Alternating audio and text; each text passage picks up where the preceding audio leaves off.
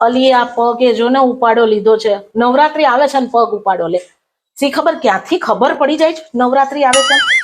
અલી મારે તો છે ને બોલાય નહીં અત્યારે, ઘરમાં તો જરાય ના બોલાય.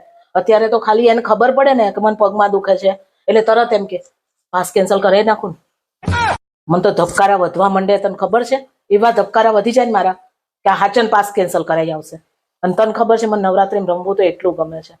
અત્યારે તો દુખાવો સહન કરીને એ આવે ને ત્યારે મને દુખતું હોય ને તોય આમ સીધી થઈ જાઉં. અને જેવા એ જાય ને ત્યાં પાછો પગ આમ એવો દુખાવો, કઈ ઘરઘરાવ ઈલાજ હોય કે ને, બહુ જ દુખે છે. એક આ નવરાત્રી નીકળી જાય ને શાંતિથી હું રમી લઉં નવરાત્રીમાં, પછી જો પછી નવરાત્રી પતી જશે ને પછી નહીં કેલી, પછી તો એમ કહું ને કે મને પગ બહુ દુખે છે. હા જાવ હજી રમવા, જાવ નવરાત્રી રમવા એમ કરે. ઓલી પેન કિલર પડી ખાઈ લે, આવું કરે. એટલે મારે અત્યારે તો કશું બોલાય એમ નથી. નવરાત્રી પતે ને દશેરાના બીજા દિવસે પગ પકડીને સુઈ જવું છે. એ દિવાળીનું કામ કરો, તમારે જેને કરવું હોય ને એને કરો.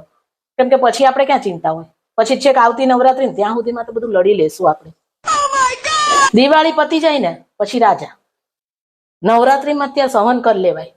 અને નવરાત્રીમાં તો છે ને માં અંબા આપણને સહન કરવાની શક્તિ આપે.